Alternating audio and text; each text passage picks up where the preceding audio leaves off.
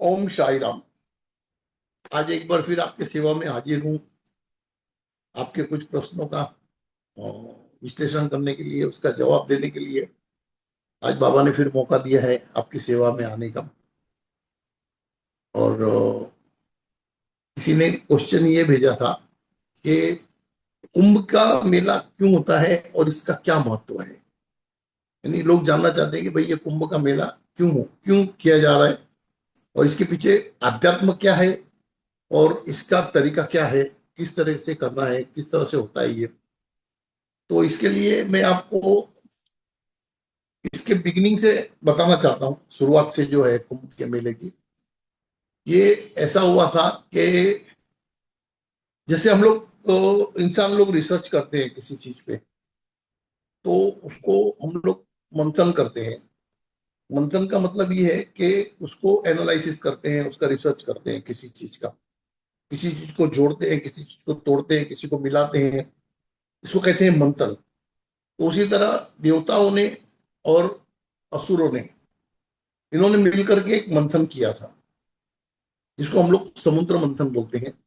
यानी हर चीज जो है वो समुद्र से निकली हुई है, ऐसे मान्यताएं हैं। तो उसमें देव और दानव दोनों ने जो है उसमें योगदान किया था। और उसके अंदर जब समुद्र मंथन शुरू हुआ, तब बहुत सी चीजें निकली उसमें से। जैसे कुछ रत्न निकले, हाथी निकले, घोड़ा निकले, महालक्ष्मी निकली उसमें से। और एक बार विष भी निकल गया। तो जो विष निकल गया तो वो सारे भगवान और दानव दोनों जो है वो अचंभित हो गए, डर गए। फिर उस वक्त शंकर भगवान ने जो है उस विष को अपने कंठ में धारण किया। कंठ में धारण करके जो है उनसे सारी सृष्टि को उस विष विष से जो है वो मुक्ति दिलाई। तो ये इस तरीके का एक सारा समुद्र मंथन हुआ था। जैसे हम लोग अगर समझो कि छाछ को भिगोते हैं तो पहले मक्खन निकलता है, फिर मक्खन में से जो है उसको हम घी कन्वर्ट करते हैं। उसी तरह से ये समुद्र मंथन में से बहुत सी चीजें निकली कि बाद में जिसका आविष्कार होते गया। उसी तरह उसमें से अमृत का कलश निकला था उसके अंदर से। जब अमृत कलश निकला तो वो अमृत कलश का ऐसे था कि अगर उसको जो भी पी लेगा तो वो अमर हो जाएगा। तो देवता और दानव में, देवता ये नहीं चाहते थे कि दानव अमर हो जाए। तो इसीलिए उन्होंने जो है तो उस कलश को अपने अपने कब्जे में ले लिया, अपने कब्जे में ले लिया।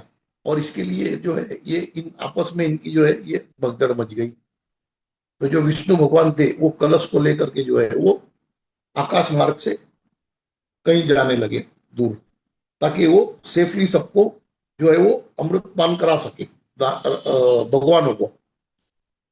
मगर जब वो जाने लगे तब उसके कलश में से कुछ बूंद छलक करके जो है ना वो जमीन पे गिरी, धरती पे। तो वो जो गिरी वो चार जगह पे वो बूंदे गिरी, जिस चार जगह पे आज जो है ना ये कुंभ का मेला लगाया जाता है। और उस वक्त में उनके पास इतनी बड़ी गणित थी ना कि वो जानते थे कि हर 12 साल के बाद वही मुहूर्त और वही टाइम और उसी प्लेस में जो है ना वो नक्षत्र सेट होता है। तो जो वाइब्रेशन है वो उसी टाइम पे वहां पे फिर से कायम होता है उस जगह पे। इसलिए उन्होंने जो चार जगह बूंद गिरे थे उनके उन्होंने टाइम और समय और निर्धारित कर दिया कि भाई पहले एक जगह गिरे, फिर उसके बाद में 3 साल के बाद दूसरी जगह गिरे, फिर 3 साल के बाद दूसरी, ऐसे चार जगह जो है ना ये अमृत गिरे थे। उस वजह से जो है ना हर हर 3 साल में जो है ये कुंभ जो है ना ये अलग अलग जगह पे जो है ये लगाया जाता है। तो ये इसकी ये इसकी महत्ता है। तो उस वक्त वो ऐसी मान्यता है कि वो जो अमृत का जो असर था वो उस टाइम पे वहां पे आता है। जिस टाइम पे वो गिरा है वो रिपीट हो रहा है। हर 12 साल में जो है ना वो वहां पे आकर के रिपीट हो रहा है। हर 12 साल में वो फिर वहीं पे जाकर के जो है वो इफेक्ट दे रहा है। तो उस टाइम पे ऐसा मान्यता है कि भाई उस टाइम पे नहाने से, पूजा पाठ करने से जो है जो भी हमारे शरीर के अंदर का जो नेगेटिविटी होता है जो हमारे मन के अंदर जो भावनाएं होती है वो सब शुद्ध होती है वहां पे नहाने से। और इनका ऐसा है मान्यता कि साधु संत जो है ये साल भर जो है ये सालों साल तक जो है ये तपस्या करते हैं, नामस्मरण करते हैं, आध्यात्मिक जीवन जीते हैं, तो उनके अंदर जो है ना एक शक्ति निर्माण होती है। तो वो शक्ति जो है वो उस वक्त उस जगह पे एकत्रित होती है और वहां पे स्नान करती है पानी में। उस वजह से वो शक्ति जो है ना वो पानी को भी जो है पूरा शक्तिमान कर देती है। उसके बाद में जो है ये साधारण मानव जो है उसके अंदर नहाने से उनका चैतन्य जागृत होता है, और उनके जो जो भी कुछ दुष्कर्म है उसका प्रभाव कम हो जाता है, एकदम समाप्त तो नहीं होता है, और उसके प्रभाव जो है ना वो सीमित हो जाता है। यानी जो बहुत ज्यादा परेशानी देने वाला था वो एकदम निम्न हो जाता है, मतलब उसकी परेशानी जो है ये बहुत कम हो जाती है। तो ऐसे इस तरीके से जो है ना ये सारी मान्यता है। और इसके अंदर ये एक है ना कि आप देखेंगे ना, अगर आप आपकी जिंदगी को भी देखोगे एक शांत जीवन से, तो आप देखना कि आपकी जिंदगी में 12 साल पहले जो घटित हुआ है, जिस तरीके का एटमॉस्फियर, वैसे ही फिर 12 साल के बाद घटित होता है। हर 12 साल में जो है ना ये 12 साल के बाद फिर वही घटित होगा जो पहले हुआ है। ये इस तरीके से एक जो है ना एक अलग से एक मान्यता है। तो उसके बेस के हिसाब से ये जो है ना ये कुंभ का मेला जो है ना ये हर जगह पे जो है ये लगाया जाता है। ये इसी का मतलब, इसका हिस्ट्री ऐसे ही है कि हम लोग जैसे रिसर्च करते हैं तो उसमें से कुछ हमारे को उत्पत्ति मिलती है। भाई हम किसी दो चीज को जोड़ते हैं तो तीसरा मिलता है। उसी तरह भगवानों ने जब मंथन किया था तो उसमें से बहुत सी चीजें मिली जिसको हम लोग आज यूज कर रहे हैं।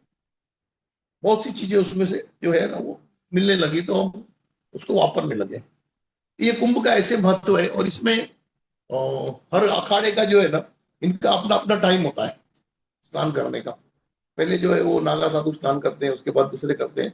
ऐसे हर एक मतलब जितने भी इनके पंथ हैं साधुओं के, वो सब स्नान करते हैं। और फिर उसके बाद में जो है वो फिर जो है आम इंसान जो है वो वहां पे जाकर के स्नान करता है।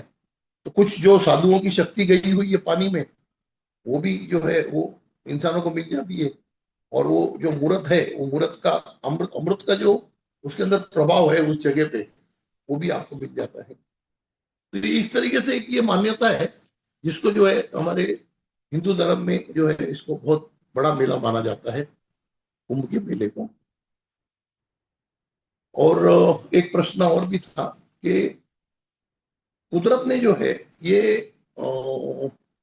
सारी सृष्टि बनाई, सारी सृष्टि बनाई, सारे जीव जंतु बनाए, तो फिर उसको मानव बनाने की क्या आवश्यकता हुई? ये किसी ने क्वेश्चन किया था। तो उसमें ऐसा था कि भगवान ने हर चीज बनाया, हर चीज बनाने के बाद में अब भगवान को जो है ना उसका उपभोग करना था। यानी अगर हमने कोई चीज बनाया तो उसका आनंद हमको लेना है, और उसका जो है ना इफेक्ट इफेक्ट हमको जानना है क्या होता है कैसे होता है। तो इसलिए भगवान ने जो है ना एक इंसान का रूप बनाया, और जिसके अंदर भगवान ने अपना अंश डाला। भगवान ने इंसान के अंदर अपना अंश डाला ताकि वो धरती पे जाकर के हर चीज का आनंद ले सके, हर चीज को अनुभव कर सके, हर चीज के बारे में सोच सके, हर चीज के बारे में मंथन कर सके, और उसके अंदर बदलाव भी कर सके। तो ये जो काबिलियत है ये सिर्फ इंसान में ही है। जैसे एक सिंपल एग्जांपल है, जैसे हमने एक वीडियो गेम बना लिया, बरोबर है? वीडियो गेम बना करके फिर हम उसमें खेल रहे हैं, हम आनंद ले रहे हैं।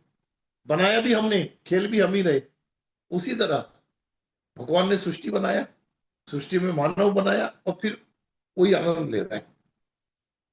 इसीलिए बोलते हैं ना कि सुख दुख जो है ना वो इंसान को होता है, भगवान को नहीं होता।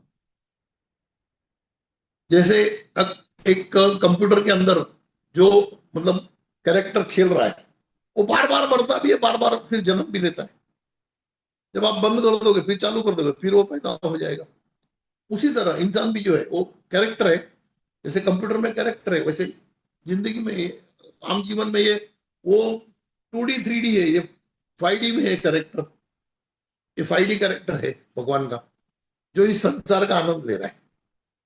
इस संसार में जो हो रहा है उसके ऊपर जो है वो कॉन्सेंट्रेट करके, कभी खुशी मिल रही है, क्या होने से खुशी मिल रही है, क्या होने से गम मिल रहा है। अच्छा, इंसान जो है ये इसके अंदर खेलते हुए जब इसके फ्रीक्वेंसी को जानने लग जाता है, जब इसके फ्रीक्वेंसी को जानने लग जाता है, तब उसे इसका परिणाम पता होता है कि भाई मेरे ये एक्ट करने से वो परिणाम होगा। जैसे आज हम लोग एआई एआई टूल्स यूज करते हैं, तो वो बार बार हमको मिस्टेक बता देता है कि भाई ये तुम्हारी यहाँ पे मिस्टेक हो रही है, ये तुम्हारी यहाँ पे मिस्टेक हो रही है। वो कब बताता है? जब वो उस लेवल पे पहुंच गया है टेक्नोलॉजी। तो उसी तरह इंसान भी जो है, जब वो एक आध्यात्मिक लेवल पे पहुंच जाता है, तो उसको पता चलता है कि मेरे आज ये करने से इसका इफेक्ट कब आने वाला है, आज मेरे ये काम करने से इसका अच्छा परिणाम कब आएगा या इसका बुरा परिणाम कब आएगा, ये इंसान को पता होता है। तो ये इस तरह से जो है ना, इंसान के माध्यम से जो है वो परमात्मा जो है ना, वो इस सृष्टि का आस्वाद लेता है। अगर कभी गलत करता है तो दुख का एहसास होता है, और कभी अच्छा करता है तो खुशी का एहसास होता है। मगर खेलने वाला जो है वो तो परमानंद में रहता है। उसको 2 मिनट के लिए इफेक्ट होता है, अरे बाबा मैं आउट हो गया, और फिर बाद में वो वापस नॉर्मल हो जाता है। तो वही पोजीशन जो है ना वो भगवान की है। भगवान किसी भी कैरेक्टर में जो है ना वो थोड़ी देर के लिए रहता है, फिर वो दूसरे कैरेक्टर में चला जाता है, क्योंकि सब उसके ही गेम्स है। सारे जो है ना कैरेक्टर उसी ने बनाए हुए, वो इसी की उंगली पे चल रहे हैं सारे। ये किसी ने पूछा था कि भाई भगवान ने जो है सृष्टि बनाने के बाद इंसान को क्यों बना दिया? तो इंसान को इसीलिए बनाया कि वो सृष्टि का भी आनंद जो है ना वो भगवान को भी लेना था। तो वो भगवान जो है वो एक तो, आप समझ लो कि गाड़ी बना लिया और गाड़ी के अंदर ड्राइवर बन के बैठ गया, अब वो सफर पे निकल गया, सृष्टि के सफर पे निकल गया, सृष्टि को समझने के लिए निकल गया, सृष्टि का आनंद लेने निकल गया, सृष्टि के दुख को भी अनुभव करने निकल गया। सिर्फ आनंद लेने नहीं, वो दुख को भी अनुभव कर लेता है, मगर उसमें इन्वॉल्व नहीं हो जाता है। जैसे एक साधारण आदमी जो है ना वो अपने दुखों में इन्वॉल्व हो जाता है, उस तरह से अगर कोई विकसित आत्मा है तो वो उसमें इन्वॉल्व नहीं होता है।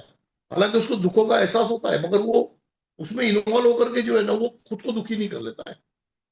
वो जानता है कि भाई ये क्षण भर है, क्षण भंगुर है, कुछ देर रहेगा, दुख बाद में निकल जाएगा।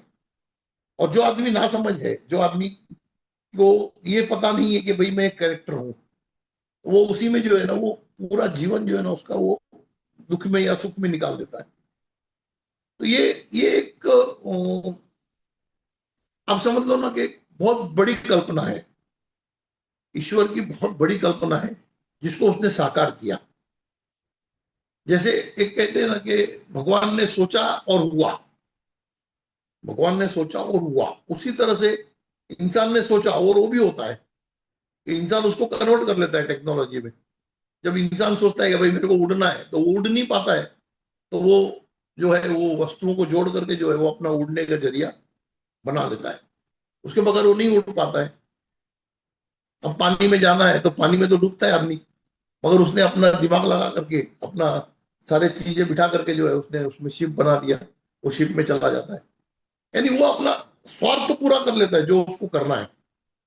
अगर समझो आज मेरे को अभी यहाँ से अमेरिका देखना है, तो मैं ऐसे दृष्टि से अगर नहीं देख पाता हूँ, दिव्य दृष्टि नहीं है, मोबाइल का यूज कर लेता हूँ, भाई व्हाट्सएप लगा लेता हूँ, सामने दिख जाता है, भाई जो भी आदमी है वो सामने बैठ जाता है, सामने बातें हो जाती है। तो एक हिसाब से देखो ना, तो ये इंजीनियरिंग भी जो है ना एक सिद्धि का ही रूप है, एक सिद्धि का दूसरा रूप है जो इंजीनियरिंग में कन्वर्ट हुआ है। एक सिद्धि होती है जो तुम अंतरात्मा से सिद्ध कर लेते हो, आप कहीं भी देख सकते हो, आप कहीं का भी सुन सकते हो, आप कहीं भी कुछ बदल कर सकते हो। और एक होता है जैसे अभी हमने रोबोट बना दिया, रोबोट ऑपरेशन भी कर रहा है, पता चला डॉक्टर अमेरिका में बैठा है, ऑपरेशन इंडिया में कर रहा है, इंस्ट्रूमेंट उसको अटैच कर दिया। तो ये भी एक सिद्धि है। जैसे एक आदमी को आध्यात्मिक सिद्धि मिलती है, वैसे ही ये जो है ये तंत्र है, ये तंत्र की भी एक सिद्धि है। जैसे बोलते हैं ना तंत्र मंत्र यंत्र, ये सब एक दूसरे से जुड़े हुए हैं। तंत्र साधना होती है, यंत्र साधना होती है, मंत्र साधना होती है, सब साधना है। अगर एक साइंटिस्ट है वो भी साधना है, वो भी साधक है। क्योंकि वो एक चीज के ऊपर साधना करता है, कॉन्सेंट्रेट करता है, उसको क्या चाहिए, वो उसका एंड रिजल्ट निकालता है कि भाई इसको किस तरह से किया जाए ताकि ये रिजल्ट मेरे को मिल जाए। ये आप एक चीज समझ लो ना कि साधक जो है वो आत्मा को साध्य करता है और उससे कार्य करता है, और साइंटिस्ट जो है वो तत्वों को सिद्ध करता है, यानी तत्वों के रूप को और उसके स्वभाव को समझ करके जो है वो उससे काम करवाता है। भाई अभी मेरे को मालूम है कि भाई प्लास्टिक जो है ये पानी में नहीं डूबेगा, तो मैंने प्लास्टिक का बलून बना लिया, अब उसके ऊपर तैर रहा हूं बैठ करके, कोई तकलीफ नहीं, डूब नहीं रहा हूं, क्योंकि मैंने वो तत्वों का स्वभाव को पहचान लिया। उसी तरह साधक जो है ये साधना से जो है ना ये फ्रीक्वेंसी को जान लेता है कुदरत के, जो है वो फ्रीक्वेंसी को जान करके फ्रीक्वेंसी को यूटिलाइज करता है। वो मंत्र की शक्ति को जान करके जो है ना वो किसी तत्व को चार्ज करता है और उससे वो काम करवाता है। और उसी तरह जो साइंटिस्ट है वो यंत्र को चार्ज करता है और यंत्र से काम करवाता है। यानी दोनों ही साधक है, दोनों ही साधक है। और ये जो है ना ये सृष्टि में भगवान ने हमको भेजा ही है कुछ साध्य करने के लिए, सिर्फ खाने के लिए, जीने के लिए, पैसा कमाने के लिए नहीं भेजा है कि जिसमें हम हमारी जिंदगी व्यर्थ करते हैं पैसा कमाने में, खाने में, पीने में, परिवार में। नहीं, उसके अलावा भी या तो आप साधना में साध्य करो, या आप मंत्र में साध्य करो, या आप यंत्र में साध्य करो। आप यंत्र में भी अगर कोई साध्य करते हो तो वो भी जो है ना वो इंसान के उपयोग के लिए होता है। अगर आप साधना में भी कोई साध्य करते हो तो वो भी जगत कल्याण के लिए होता है। जैसे अभी आज समझो सिंपली मेरे साथ है, अब इतनी बीमारियां आती हैं, बरोबर है, तो डॉक्टरों ने जो है ना उसको यंत्र के हिसाब से साध्य किया, बना करके गोलियां बना दी, वो गोलियां बना करके जो है वो बीमारियों को ठीक करते हैं। हालांकि वो गोलियां बनाने से कहीं कहीं दूसरा साइड इफेक्ट भी होता है। और उसी तरह मैं जो है मैं आत्म सिद्धि कर लिया, बाबा का आशीर्वाद हो गया, तो मैं जो है ये जान सकता हूँ कि भाई ये बीमारी के लिए ये चीज अगर इस तरीके से कर देंगे तो ठीक हो जाएगा। तो टेक्नोलॉजी तो सारी टेक्नोलॉजी है, तो इंसान को बनाने के पीछे भगवान का बहुत बड़ा उद्देश्य है। यूं ही इंसान को नहीं भेज दिया यहाँ पे कि भाई तुम जाओ खाओ पियो और मरो, इसके लिए नहीं भेजा है। सब एक दूसरे के सहायक है, हर कोई एक दूसरे के सहायक है। भाई जैसा एक अगर किसान है, किसान अनाज बोता है, अनाज उगाता है, अनाज उगाता है, तो जो बाकी लोग जो साधनाएं कर रहे हैं हर सेक्टर में, उनके पेट भरने के लिए वो काम में आता है। और किसान को खेती करने के लिए, किसानी करने के लिए जो चीज की जरूरत पड़ती है वो यंत्र साधक देता है। जो यंत्र साधना कर रहा है वो उसको हल दे रहा है, उसको ट्रैक्टर दे रहा है, उसको जो भी चाहिए, पानी का पाइपलाइन दे रहा है, भाई कुएं में से पानी निकालने का यंत्र बना के दे रहा है। यानी एक दूसरे को सब चीज सहायता कर रहे हैं। जो मंथन देवताओं ने किया था वही मंथन आज इंसान भी कर रहे हैं। अच्छा, देवताओं ने भी किया था मंथन, समुद्र मंथन तो इंसान के रूप में आकर के किया था। क्योंकि अगर आपको तत्व से काम लेना है तो आपको तत्व ही बनना पड़ेगा। अगर आप तत्व नहीं बनोगे तो तत्व से कैसे काम करोगे? अगर आप आत्मा रूप में होगे तो तत्व से काम नहीं करा सकते। उसके लिए आपको इंसानी रूप में आना ही होगा, कि जिसके पास देखने की आंख हो, सूंघने के लिए नाक हो, सुनने के लिए कान हो, बोलने के लिए मुंह हो, कुछ करने के लिए हाथ पैर हो। इनडायरेक्टली आप एक समझो ना कि इंसान ने जो रॉबोट बनाया ना, तो भगवान ने हमको रॉबोट बनाया। जैसे अभी आज हम चांद पे किसी को रॉबोट को भेजते हैं तो क्या करता है वो जाकर के वहां के मट्टी का जो है तत्व हमारे को बताता है, वहां का जो है हवा का तत्व बताता है, सेंसर बताता है हवा को। उसके जो कैमरा होते हैं वो फोटो खींचते हैं, भाई वो अलग अलग दुनिया के फोटो खींच के हमको भेजते हैं। तो वही हम कर रहे हैं, हम भी यहाँ पे वही कर रहे हैं। भाई हम जो देख रहे हैं आंख से ना, वो हमारे आंखों से भगवान देख रहे हैं। हम जो बोल रहे हैं ना मुंह से, हमारे मुंह से भगवान बोल रहे हैं। हम जो सुन रहे हैं ना वो भगवान सुन रहा है। हम उनका इंस्ट्रूमेंट है, हम उनका इंस्ट्रूमेंट है। जिस तरह से एक सैटेलाइट हमारा इंस्ट्रूमेंट है, एक रॉबोट हमारा इंस्ट्रूमेंट है, उसी तरह से हम जो है ना, हम भगवान का इंस्ट्रूमेंट है। क्योंकि भगवान भी जो है वो निरंतर प्रक्रिया में लगा हुआ है, निरंतर प्रक्रिया में लगा हुआ है। नई नई कल्पनाएं वो भी करता है, हम भी करते हैं। हम जितने बीमारियों का इलाज ढूंढते हैं, उतनी और वो बीमारी हमारे लिए ढूंढता है। ये भी बात है। भाई हमने एक बीमारी का इलाज ढूंढ लिया, भाई यहां तक पहुंच गए, वो दूसरी छोड़ देता, बोले इसका भी ढूंढो। फिर हम वो ढूंढते थे, फिर उसमें से और एक बीमारी पैदा हो जाती है, हालांकि वो पैदा भी हमारी गलतियों से भी हो जाती है। तो ये, अच्छा आप देखेंगे ना, जो जूने जमाने के जो बच्चे लोग थे, उनका ग्रास्पिंग पावर, और अभी के जो जमाने के बच्चे आ रहे हैं, इनका ग्रास्पिंग पावर बहुत अजब लगेगा। बहुत, यानी आप यकीन नहीं मानोगे ना कि हमारे मोबाइल में जितना हमको नहीं पता है ना, उतना तो हमारे घर के जो है 5 साल के बच्चे को पता है। वो बरोबर साइट खोल लेता है, कभी लॉक हो जाता है तो वो खोल लेता है। यानी आप एक चीज समझो ना कि भगवान भी तो जो है, ये उनको भी तो ये है ना, एडवांस मेमोरी चिप डाल के भेज रहा है। भाई एडवांस, जैसे हमारे मोबाइल्स में एडवांस सिस्टम आ रहे हैं, वैसे भगवान उसमें भी एडवांस सिस्टम डाल करके भेज रहा है। ये बंधन जो है ना, ये भगवान ने भी किया और इंसान भी कर रहा है। भगवान ने जो मंथन किया, उसमें भी उसने ऐसी चीज बना दिया था जो पूरे सृष्टि के लिए घातक थी। जब जहर निकल गया था तो पूरे सृष्टि के लिए घातक थी। और हमने भी जो मंथन किया, तो हमें भी जो प्लास्टिक निकल गया वो जहर से कम नहीं है। हमने भी जो मंथन किया हमारी शक्ति प्राप्त करने के लिए, तो वो प्लास्टिक निकल गया पेट्रोलियम प्रोडक्ट में से, तो वो भी जहर से कम नहीं है। अब वो जहर को कौन सा शंकर भगवान आएंगे, किस कौन पिएगा और कौन उसका इलाज निकालेगा, ये तो वक्त का इंतजार करना पड़ेगा। हर मंथन में जो है ना, कुछ अच्छा निकलता है तो कुछ बुरा भी निकलता है।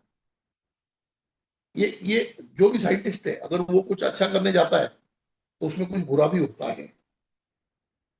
ये जो है ना, यही नियम जो है, यही सृष्टि के नियम सारे आजमाने के लिए भी भगवान ने हमको यहाँ पे भेजा है कि भाई आप कुछ करो, कुछ करेंगे तो कुछ होगा। अच्छा, या तो किसी के सहायक बन जाओ।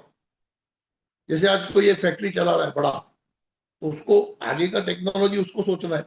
जो वर्कर काम कर रहा है उसको तो काम करना है, उसको क्या सोचना है। अगर एक वर्कर काम कर रहा है तो उसको सोचने की जरूरत नहीं, जो जो जो भी बॉस ने बताया वो करना है। तो इसी तरह से, जैसे कोई भगत है, तो उनको तो जो साध्य हुए गुरु ने जो बताया वो उनको करना है। साधना तो गुरु कर रहा है, वो तो साधना नहीं कर पा रहा है, क्योंकि वो जो है वो सृष्टि में अपना अलग कार्य निभा रहा है। तो हर हर इंसान जो है वो साइंटिस्ट नहीं बन सकता, हर इंसान जो है वो साधक नहीं बन सकता, हर इंसान जो है वो फार्मर नहीं बन सकता। सबके अपने अपने रोल है। मगर आप जो भी रोल लो ना, रोल निभाओ, उसके साथ साथ आप उसमें प्रगति करो। अगर आप मान लो आज किसी भी सेक्टर में हो, तो उसके अंदर आप उससे क्या अच्छा कर सकते हो, वो जानना जरूरी है। आज आज हम लोग रिफ्रेश, जैसे हमारे बोलते हैं ना कि कंप्यूटर को जो है वो हम लोग वायरस फ्री करते हैं, रिफ्रेश करते हैं।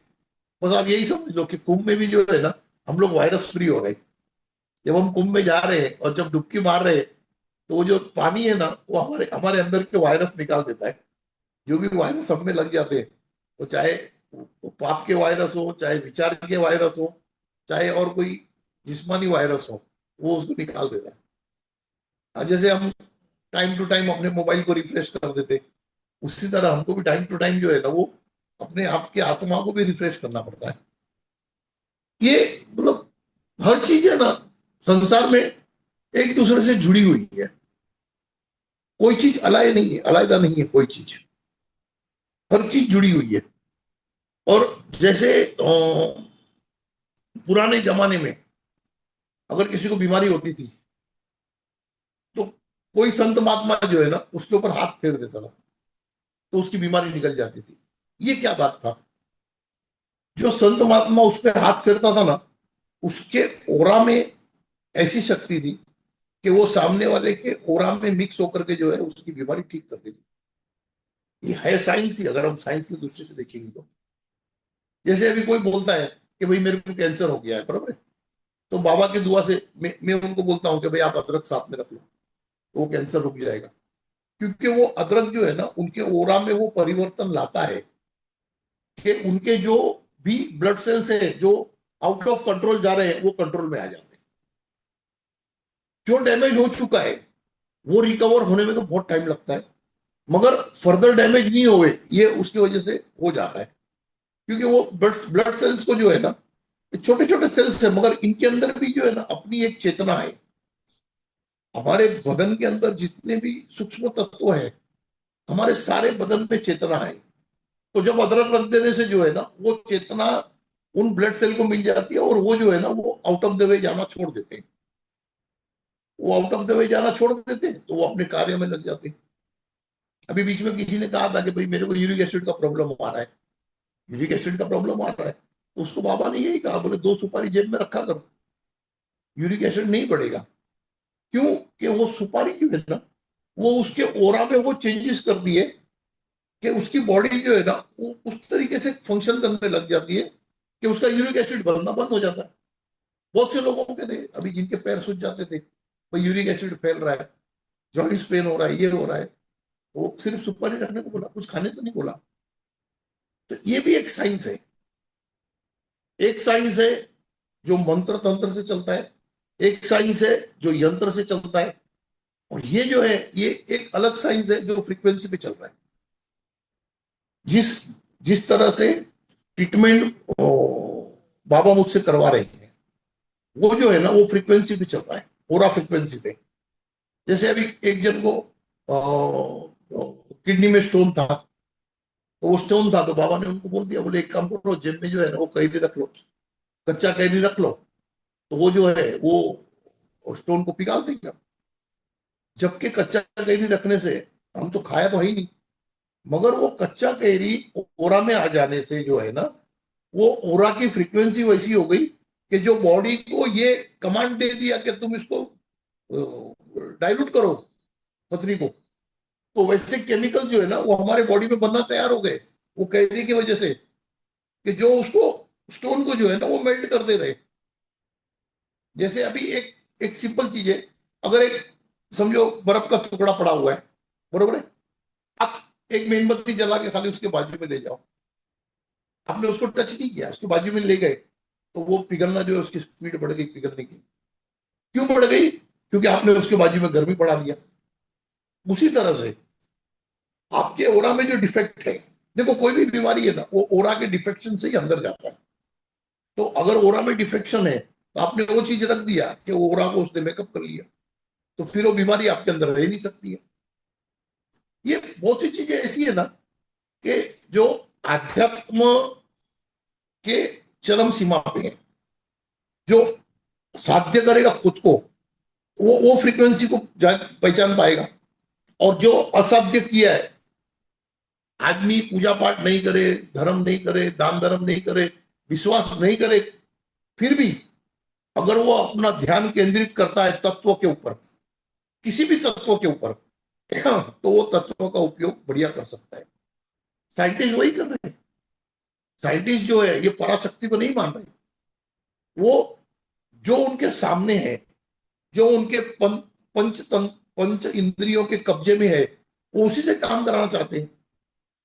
वो भी गलत नहीं है, वो अपनी जगह सही है, मगर वो पंच तत्व जिससे बना है, पंच तत्व जिससे बना है, उसको कौन जानता है? उसको आध्यात्म जानता है। और वो किस तरह से अपना फंक्शन चेंज करेंगे, वो कौन जानता है? वो आध्यात्म जानता है। साइंस क्या जानता है? एक लोहे का टुकड़ा है, अगर उसको हमने पानी में डाल दिया तो डूब जाएगा, मगर अगर उसका शेप चेंज करेंगे, अगर उसका शेप हम कटोरा कर देंगे तो नहीं डूबेगा। क्योंकि हमने उसका जो है वो वॉल्यूम बढ़ा दिया, उसका जो है डेंसिटी हमने बढ़ा दिया। क्योंकि उसने जितना जितना जगह पानी को चाहिए उतने जगह से कम होगा, और वजन ज्यादा होगा तो डूब जाएगा। मगर जितनी जगह चाहिए उससे ज्यादा जगह होगा और वजन कम होगा तो तैरेगा। तो ये तो साइंस ने देख लिया। उसी तरह जो अध्यात्म है, ये मंथन ही है सारा। ये जो समुद्र मंथन हुआ ना, उसी मंथन के रूप आज भी हो रहे हैं। आज भी उसी का मंथन शुरू है। जो साधक है वो साधना से अंतर्मुख का मंथन कर रहा है। जो साइंटिस्ट है वो तत्व से तत्व का मंथन कर रहे हैं। और एक जो है जिसको बोलते हैं ना कि फ्रीक्वेंसी, जैसे आज कोई इंजीनियर है इलेक्ट्रॉनिक का, रेडियो का, तो वो फ्रीक्वेंसी पे काम कर रहा है। तो इसी तरह से जो है ये मंथन हर किसी ने करना चाहिए। जब आपको अगर इस दुनिया में अगर कुछ एक स्थान बनाना है अपने आप के लिए, आप चाहे भले छोटे से छोटा काम कर रहे हैं, मानो आप घर में खाना ही बना रहे हैं, तो खाना बनाने में भी आप जो खाना बना रहे हो वो कैसे बन रहा है उसकी जानकारी बहुत जरूरी है। जैसे अभी मान लो हम एक सिंपल चाय लेते हैं, एक मंथन की बात शुरू हुई है ना, तो ये मंथन को है ना, मतलब इतने आगे तक ले जाना चाहता हूँ ना कि आपको बहुत सिंपल चीज में समझ में आ जाएगा मंथन क्या है। आज घर में चाय बनाते हैं हम लोग, बरोबर है।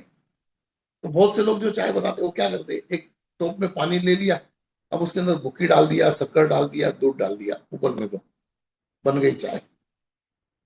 और एक जो होता है वो उसका मंथन करता है कि ये चाय कैसे बनेगी। वो क्या करता है, पहले पानी उबालता है।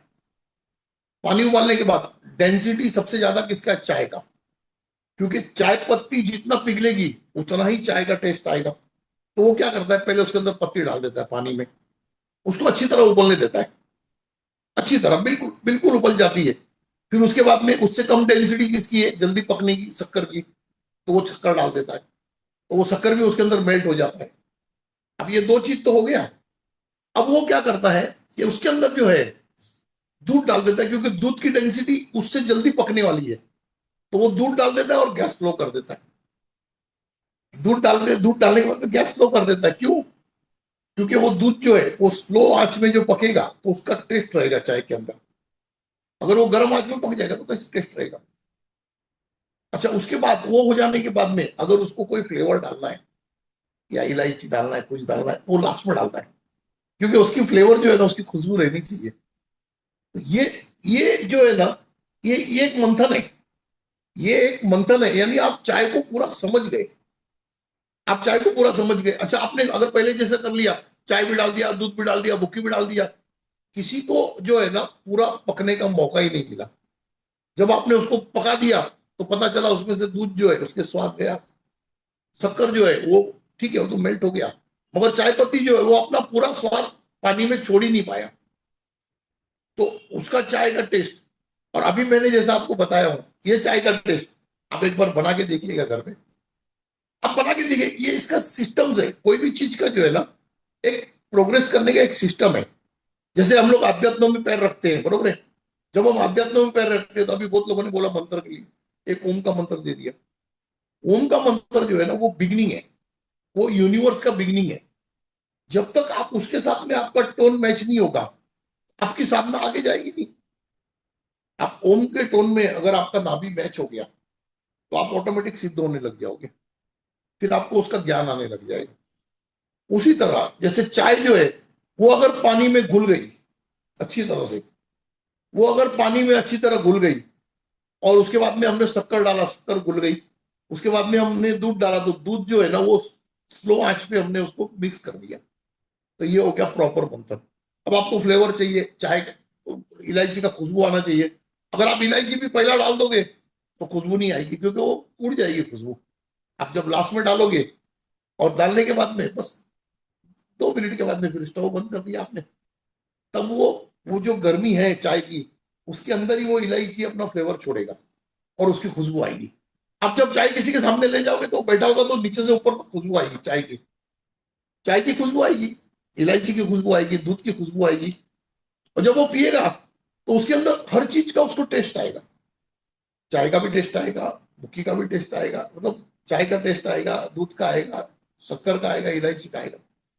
मगर अगर हम सब मिक्स करके बना देते तो वो पता नहीं क्या बन गया। ठीक है, हमने पी लिया, कुछ पीना है, मगर वो चीज का मजा नहीं है जो आपने मंथन किया है।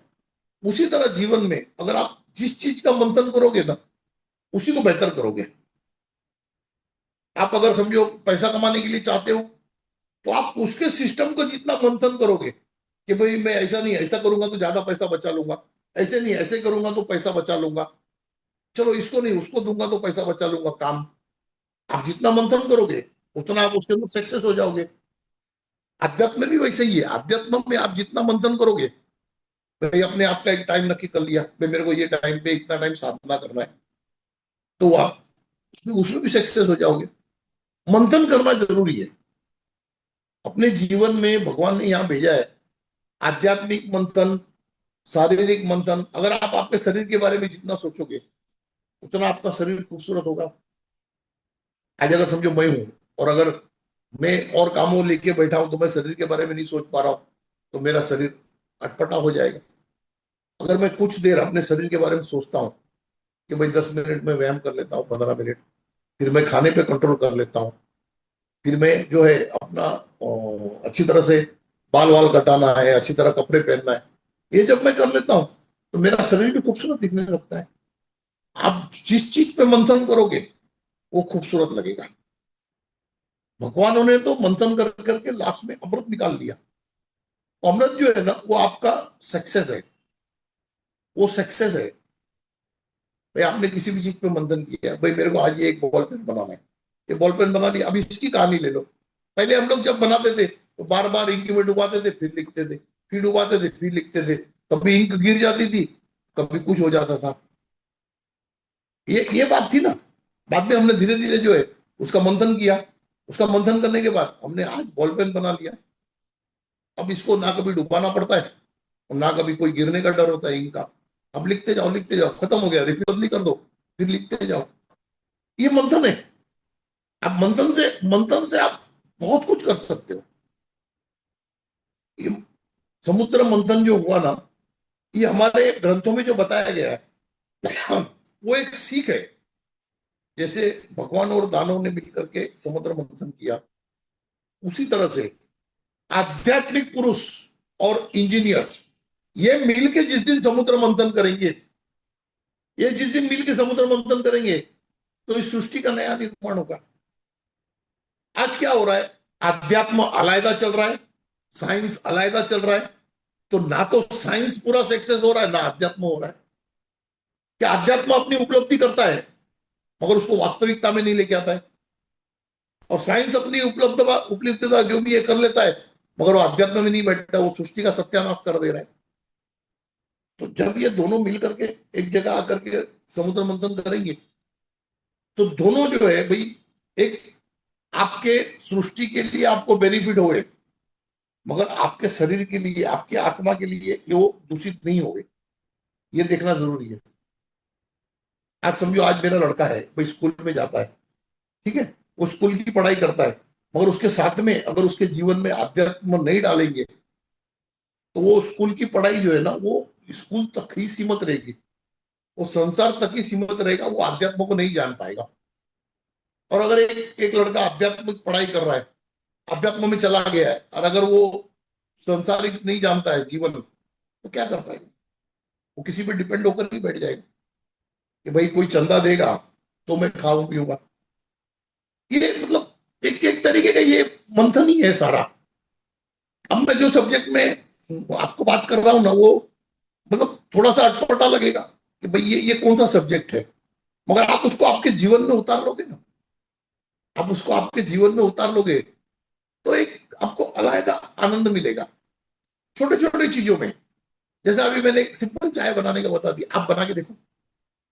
आप बोलोगे आज हम तक क्या बना रहे थे, आज तक, आज तक जो बना रहे थे वो दूसरे को देख के बना रहे थे। भाई वो दूसरा कैसे बनाता है, अपन भी बना लिए। भाई उसने कैसे बनाया, हम भी बना लिए। आप अपनी अपनी सोच से उसको मंथन करो। आप जो भी कुछ कर रहे हो उसमें उससे अच्छा क्या कर सकते हो, उससे अच्छा क्या कर सकते हो उसके ऊपर मंथन करो। भाई आज अगर कोई बीमारी है तो डॉक्टर जो है उसको गोलियां खिला रहा है, इंजेक्शन दे रहा है, उससे अच्छा हम क्या कर सकते हैं? हम तो कुछ खिला ही नहीं रहे, हम कुछ दे ही नहीं रहे उसको, वो ठीक हो रहा है।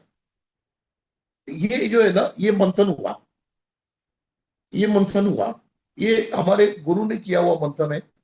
जो हमसे जो है ना, गुरु शरीर में नहीं है, शरीर मेरा है, गुरु जो है वो मेरे शरीर के माध्यम से उसका यूटिलाइज कर रहा है, उसका उपयोग कर रहा है।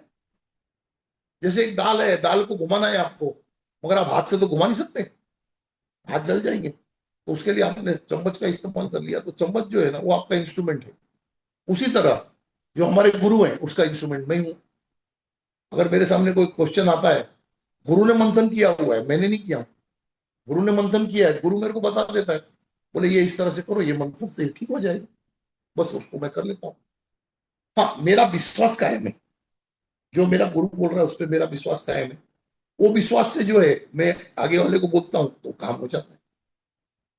ये सृष्टि जो है ना, ये कुदरत ने बनाया। कोई चीज आपने बना दिया, उसके बाद जो है ना आप उसको बेहतर करना चाहते हो। कोई चीज आपने बना दिया तो बना करके रुक नहीं जाते हो। भाई मैंने एक गाड़ी बना दिया तो बना करके रुक गए, ऐसे नहीं है। फिर मैं उसको अपग्रेड करना चाहता हूँ, फिर उसको और अपग्रेड करना चाहता हूँ, फिर उसको और अपग्रेड करना चाहता हूँ। उसी तरह से भगवान ने सृष्टि बना दिया, अब वो सृष्टि में जो है इंसान बेच करके जो है वो उसमें और अपग्रेड कर रहा है, और अपग्रेड कर रहा है। हाँ, और अपग्रेड कर रहा है। तो वो धीरे धीरे जो है ना, हर चीज का परिवर्तन है। परिवर्तन जो है ना वो जीवन का नियम है। हर इंसान जो है ना, वो जो आज है वो कल नहीं रहेगा, जो कल कल होगा वो परसों नहीं रहेगा। ये परिवर्तन होते ही रहेगा। तो आप ये सोच लोगे कि भाई मैं आज इस परिस्थिति में हूं तो मैं मेरी परिस्थिति नहीं बदलेगी, ऐसा नहीं है, बदलेगी। अगर आज अमीर हो आप तो कल अमीर रहोगे, इसका गारंटी नहीं है। आज गरीब हो आप तो आप कल गरीब रहोगे, ये जरूरी नहीं है। आज अगर आप अज्ञानी हो, कल अज्ञानी रहोगे, जरूरी नहीं है। जहां आपने साधना शुरू कर दी आप ज्ञानी हो गए, जहां आपने मंथन शुरू कर दिया आप ज्ञानी हो गए। आपको शुरू करना है जो करना है। परिस्थिति आप बदलेंगे, आप बदलेंगे, कुदरत आपको परिस्थिति बदलने में सहाय करेगा। कुदरत आपको सहाय करेगा परिस्थिति बदलने में। परिस्थिति बदलने की शुरुआत जो है ना वो आप ही को करनी होगी। जिस दिन आप सोचोगे कि आप मेरे को कुछ बेहतर बनना है, बस आपका सोच हो गया ना, तो आप समझ लो कि दूसरे दिन से आप बनना शुरू हो गए। आपकी सोच जिस दिन हो गई कि भाई मेरे को अभी ये कुछ करना है, तो आप करना शुरू कर दोगे, होना शुरू हो जाएगा। क्योंकि कुदरत जो है ना वो वाइब्रेशंस पकड़ लेती है आपका। अगर आप कोई चीज का इच्छा जाहिर करते हो आपके मन में, तो वो कुदरत जान लेती है, और कुदरत जान करके जो है उसके हिसाब से वो चेंजेस करना शुरू कर देती है। जैसे अगर आप आज समझो किसी के लिए अपने दिल में अच्छी फीलिंग्स ला रहे हो, भाई जो कल तक गलत थी आप अच्छी ला रहे हो, तो अगले की भी फीलिंग्स जो है ना वो आपके लिए अच्छी होने लगेगी। ये कुदरत का नियम है। अगर आप किसी के लिए बुरा सोचोगे तो वो भी आपके लिए बुरा ही सोचेगा। क्योंकि वो फ्रीक्वेंसी जो है ना, अब जब वो सामने आएगा तो उसके भी माइंड में वही फ्रीक्वेंसी जाएगी जो आपके माइंड में है। अगर आप गलत सोच रहे हो तो वही फ्रीक्वेंसी में वो भी कवर अप हो जाएगा। हाँ, अगर वो साधक होगा तो वो जो है ना वो अपने आप को जो है ना वो आपके फ्रीक्वेंसी में नहीं डालेगा, वो अपनी फ्रीक्वेंसी में आपको डाल लेगा। अगर साधक होगा तो। अगर साधक नहीं होगा तो आपके फ्रीक्वेंसी में ढल जाएगा वो। ये जो है ना एक ये समुद्र मंथन की बात निकली, और उसके बाद में ये मानव कैसे बने उसकी बात निकली। तो उसके लिए जो है ना ये सब्जेक्ट जो है ना ये जब तक पूरा क्लियर करेंगे ना, तो इंसान के दिमाग में परफेक्ट बैठ जाएगा। ये जो कुंभ होता है ना, मेला, ये एक बहुत बड़ी प्रक्रिया है। बहुत बड़ी प्रक्रिया प्रक्रिया है जो आपको रिफ्रेश कर रही है। जैसे हम मोबाइल को रिफ्रेश करते हैं वैसे ही वो प्रक्रिया जो है उसमें आप इन्वॉल्व हो जाने से आपका दिलो दिमाग आत्मा जो है ना वो रिफ्रेश होता है। आप देखेंगे ना कि भाई जो लोग कुंभ के मेले में जाते हैं, वहां स्नान करते हैं, पूजा पाठ करते हैं, धारणा करते हैं, उनके फेस में, और जो लोग ये चीज को नहीं मानते हैं या उनको नहीं जानते हैं, उनके फेस में आपको बहुत डिफरेंस दिखेगा। क्योंकि वो तो रिफ्रेश होके आए होंगे। और जो जैसे एक आदमी नहा के आता है तो नहा के आने के बाद कैसे फ्रेश लगता है, और अगर एक आदमी 4 दिन से नहाए नहीं तो कैसे लगेगा। ये फर्क है। वो आध्यात्मिक स्नान है। जो कुंभ है ना वो आध्यात्मिक स्नान है। जैसे हम घर में स्नान करते हैं वैसे वो आध्यात्मिक स्नान है। तो ये सब ऐसी बातें है ना कि जिसको मैं चाहता था कि आज दो प्रश्न आ गए। अभी क्या हो रहा है कि चमत्कारों की इनकी कहानियां सुना सुना के मेरे को भी याद करना पड़ता है कौन सा कब हुआ था, कौन सा कब हुआ था। अभी नए नए सब्जेक्ट जो है ना, जो लोग जानना चाहते हैं, तो उसमें मैं मेरी राय और मेरा मंथन मैं बता सकता हूँ कि भाई ये मंथन है। देखो इंपॉर्टेंट जो है ना, प्लेस का इंपॉर्टेंस नहीं है, सब्जेक्ट का इंपॉर्टेंस है। भाई कौन से प्लेस में कुंभ हो रहा है, कहाँ हो रहा है, क्या हो रहा है, क्या नहीं हो रहा है, नाम का इंपॉर्टेंस नहीं है, क्यों हो रहा है उसका इंपॉर्टेंस है। आप नाम उसको कुछ भी दे दो, आप नाम तो बदल सकते हो, मगर उसका जो ध्येय है वो नहीं बदल सकते। भाई आज जो जिसका ध्येय है वो नहीं बदल सकते हम लोग। तो ये इस तरीके के बहुत से प्रश्न हैं। अगर आपके भी दिलो दिमाग में ऐसे कोई क्वेश्चन होंगे कि भाई जिसका क्लेरिफिकेशन अगर आप चाहते होंगे तो आप मुझे लिख सकते हो। और व्हाट्सएप नंबर देने के बाद से अभी ज्यादा करके तो मेरे को उनके बीमारियों के ही जवाब देने में ही पूरा समय मेरा व्यतीत हो रहा है। रात को 2 बजे तलब, सुबह 4 बजे उठ के जब भी मौका मिलता है, जब भी मौका मिलता है तो मैं थोड़ा वो पहले लोगों की सेवा कर लेता हूँ, और उसी में आनंद है। आप कुछ दे रहे हो, उसमें अगर किसी का कुछ हो रहा है तो वही एक आनंद है। वो आनंद से बढ़कर कोई आनंद नहीं है दुनिया में। आप क्या दे सकते हो ना इस संसार को, वो आप ढूंढो। हर कोई कुछ ना कुछ दे सकता है, हर कोई कुछ ना कुछ योगदान दे ही सकता है। ऐसा नहीं है कि मैं नहीं दे पाऊंगा, मेरे पास क्या है, मेरे पास क्या नहीं है। भाई आप सोचो कि मैं क्या दे सकता हूँ, किसको मैं क्या दे सकता हूँ। और ज्ञान जो है ना, ज्ञान जो है ना वो सबसे बड़ा दान है। अगर आप किसी चीज के बारे में जानते हो और अगर आप किसी को बताते हो, तो जब तक वो यूटिलाइज होगा इस संसार में, तब तक आपकी जो है ना धर्म की गंगा बह रही है।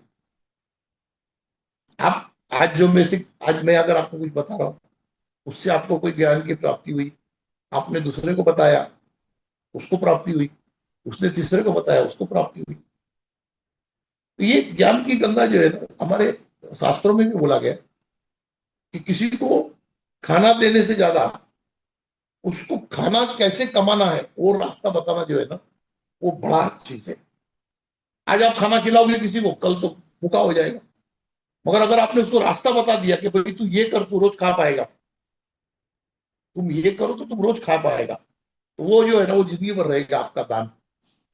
आपने उसको रास्ता बता दिया, तो वो जब तक कमाएगा, जब तक खाएगा, तब तक आपका समझ लो दान चालू है, भले आप दे नहीं रहे हो। आज अगर समझो मैंने आपको कोई तरीका बताया कि भाई इस तरीके से ये हो सकता है, और अगर आपने किसी को बताया, तो जब तक वो तरीका चल रहा है उनके पास, उसने किसी और को बताया, जब तक वो चल रहा है तब तक आपका दान हो गया, ये ज्ञान का दान हो गया। अगर आपने किसी को बोल भी दिया कि बाबा ये भक्ति चैनल में अच्छे अच्छे चैनल आ रहे, देखो, तो वो जब तक देखते रहेंगे उनको ज्ञान मिलता रहेगा। अच्छा मैं भी आता हूँ, और मेरे जैसे मुझसे बढ़कर भी बहुत लोग हैं जो ज्ञान दे रहे हैं, अच्छे अच्छे लोग हैं, साधु संत महात्मा है। तो आखिर तो ये जो है ना, ये प्रक्रिया ही चालू है। जिसके पास जो है वो देगा। अगर मेरे पास कुछ है तो मैं दूंगा, अगर किसी और के पास कुछ है तो वो देगा। हर किसी के पास जो है ना अलायदा ज्ञान है, क्योंकि हर इंसान का ये फिंगरप्रिंट जैसे अलग है ना, वैसे ही हर इंसान की सोच भी अलग है, और बेहतर से बेहतर सोच है। आज आज जो मैं बता रहा हूँ इससे भी बेहतर बेहतर सोच जो है ना बहुत है।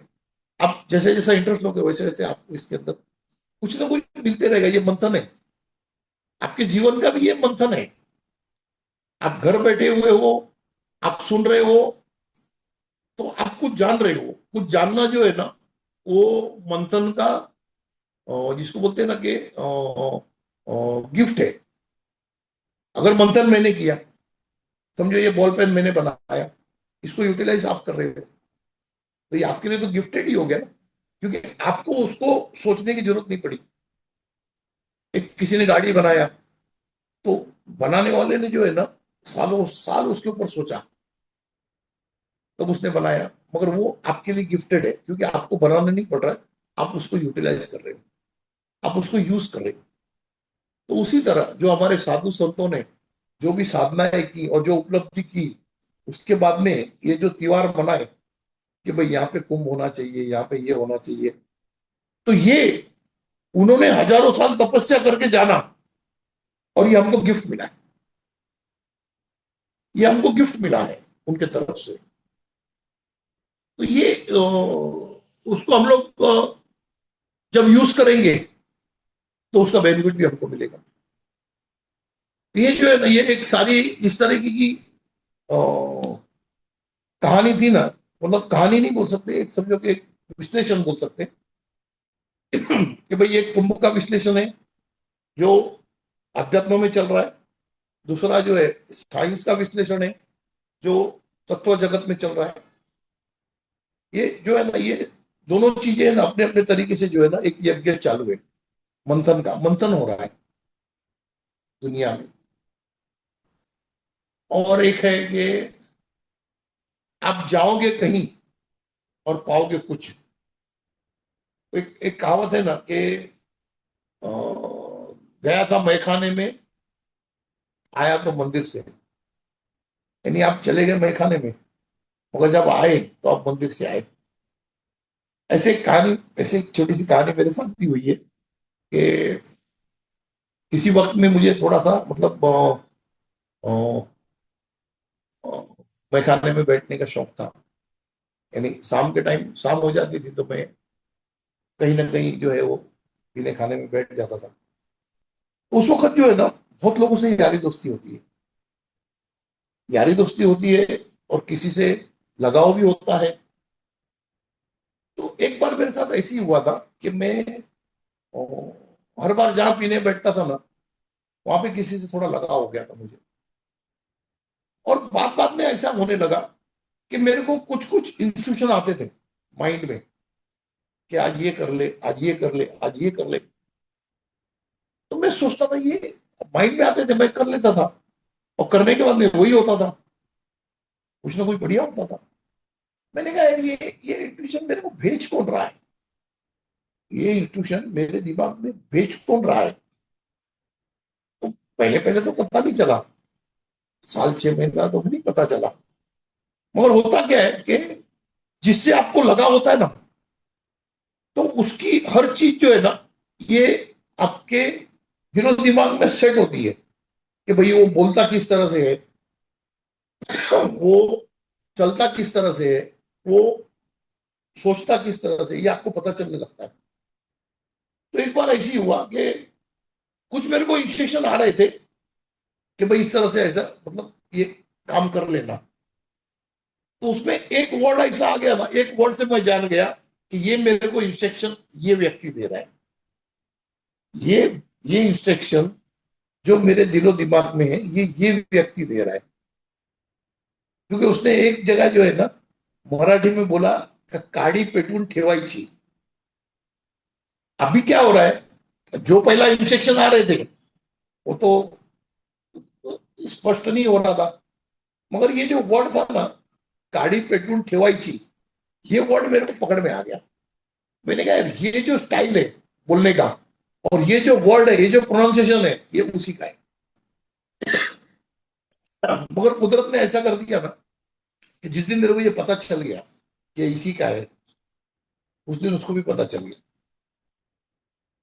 कि ये मेरे को पता चल गया। फिर उसके बाद में जो है हमारा मिलना जुलना ही कम हो गया।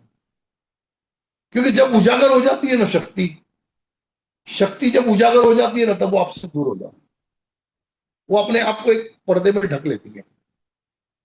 तो आपको इस दुनिया में जो इंसान एक इंसान के रूप में दिख रहा है ना, और तब तक इंसान के रूप में दिखेगा कि जब तक आपने उसका हर चीज नहीं पहचाना।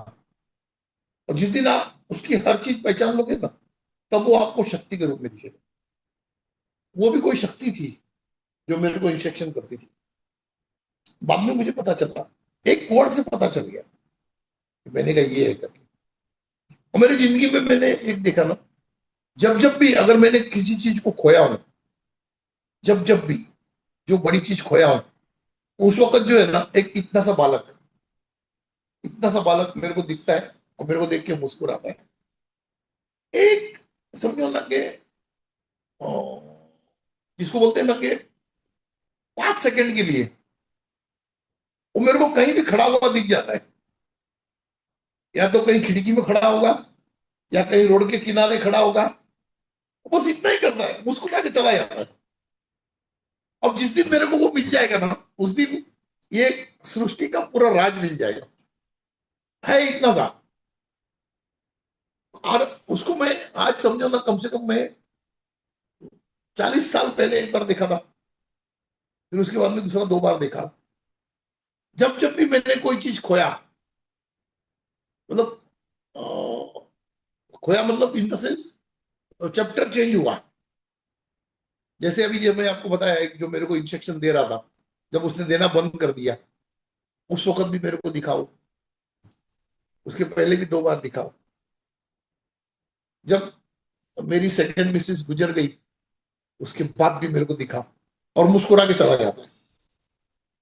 यानी जैसे एक एक गेम के अंदर एक एक सेक्शन खत्म होकर दूसरा चालू होता है ना, बस वैसा होता है मेरी जिंदगी में। ऐसा नहीं है कि कुछ बोलता नहीं ना चालता नहीं। और तब से देख रहा हूं, तब से ना तो वो बढ़ता है और ना कम होता है। वो है उतना ही, मुस्कुरा के चला जाता है। अब मेरी उम्र बढ़ रही है। जब मैं 20 साल 25 साल का था, तब मैंने उसको देखा। तभी भी वो मेरे को 8 9 साल का दिख रहा था, 10 साल का। और जब अभी 10 साल पहले देखा, तब भी वो उतना ही दिख रहा था। यानी मेरी उम्र बढ़ रही है, उसकी नहीं बढ़ रही। उसकी बढ़ी नहीं रही है, ना उसकी फेस चेंज हो रही है। ये क्या राज है, ये तो ऊपर वाला जाने। मगर एक है ना कि मंथन चल रहा है, और एक दिन ये वो मंथन भी पूरा होगा कि भाई है कौन। तो मैं इसलिए अभी बोला ना, जो कि गए थे मैखाने में और निकले मंदिर से। तो जो मेरे को मैखाने में मिला, वो मेरे को इंस्ट्रक्शन दे रहा था मंदिर का। मेरे को जो सीख दे रहा था ना, वो मंदिर मंदिर का दे रहा था कि भाई ऐसे ऐसे पूजा करनी चाहिए, ऐसे करनी चाहिए, ऐसे करनी चाहिए। यानी ये कुदरत में जो है ना, जो चीज दिख रहा है वैसा नहीं है। अगर आपका कोई घर में अगर कोई बच्चा परेशान, मतलब परेशान करता है आपको, तो आप एक समझ लो कि भाई वो आपका दुश्मन नहीं है। वो परेशान कर रहा है ना, उसके पीछे कोई ना कोई राज है। कोई ना कोई राज है। उसके बगैर वो परेशान नहीं करेगा। और अगर कोई आपसे मोहब्बत भी कर रहा है, तो उसके पीछे भी कोई राज है। ये आप न्यूट्रल होकर के जो है ना, उसको एक्सेप्ट करो। मंथन में जो भी निकल रहा है, अच्छा निकल रहा है चाहे बुरा निकल रहा है, मगर मंथन जारी रखो। अपनी कोशिश जारी रखो। जिंदगी में कुछ नया लाने के लिए, कुछ परिवर्तन का कोशिश जारी रखो। वो कभी किस वक्त आपको क्या रिजल्ट मिलेगा, वो तो वक्त आने पे पता चलेगा। आप आपकी तरफ से जो है ना, शुद्ध भावना से, अच्छे दिल से, अच्छे विचार से आप मंथन चालू करो। और ये एक मंथन का जो है, हमारे देवी देवताओं का बहुत बड़ा उपहार हमको मिला है, कुंभ का। उसका जो है ना बेनिफिट उठाओ। उसका बेनिफिट उठाओ। और ऐसा नहीं है कि भाई कुंभ जो 1 महीना होता है तभी तक उसका तत्व होता है, ऐसा नहीं। एक बार कुंभ हुआ ना, तो आप 6 महीना कभी भी वहां जाकर स्नान कर सकते हो। समाप्त नहीं होता। क्योंकि बहुत लोग सोचते हैं यार इतना गर्दी होगा, कहाँ जाएंगे, कहाँ रहेंगे। तो थोड़ा लेट जाओ, मगर जाओ। कुंभ जहां भी होता है ना, वहां पे 6 महीने के अंदर जाकर के आप एक बार स्नान करके आओ। तो उससे जो है ना, आप रिचार्ज हो जाओगे, रिफ्रेश हो जाओगे बिल्कुल। उसका बेनिफिट मिलेगा आपने। और तो अभी क्या बताऊं और। बस इतना ही है कि बाबा का आशीर्वाद है। जो भी आपके प्रश्न है, उसका मैं जवाब दे पा रहा हूँ, ये उन्हीं की कृपा है। आपके बीमारियों का, आपके परेशानियों का मैं जवाब दे पा रहा हूँ। पर मेरा इतना ही गुजारिश है कि भाई सांसारिक और व्यापारिक जितनी परेशानियां मेरे पास कम आवे ना, उतना ज्यादा बढ़िया रहेगा। क्योंकि मैं जो फिजिकल प्रॉब्लम है ना, जो मतलब बीमारियां हैं जो जिस्म को तकलीफ दे रही हैं, जो आपकी आत्मा को तकलीफ दे रही है, उसको मैं बहुत अच्छी तरह से मैं सॉर्ट आउट कर पाऊंगा। और कर पा रहा हूँ बाबा की दुआ से।